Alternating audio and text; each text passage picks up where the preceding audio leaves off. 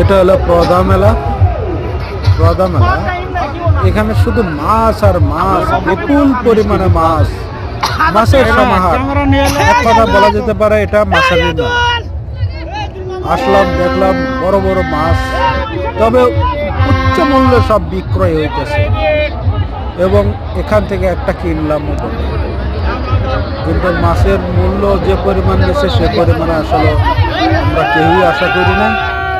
এখানে প্রচুর উচ্চ মূল্যে বিক্রয় হইতেছে, শুধু মাছ আর মাছ।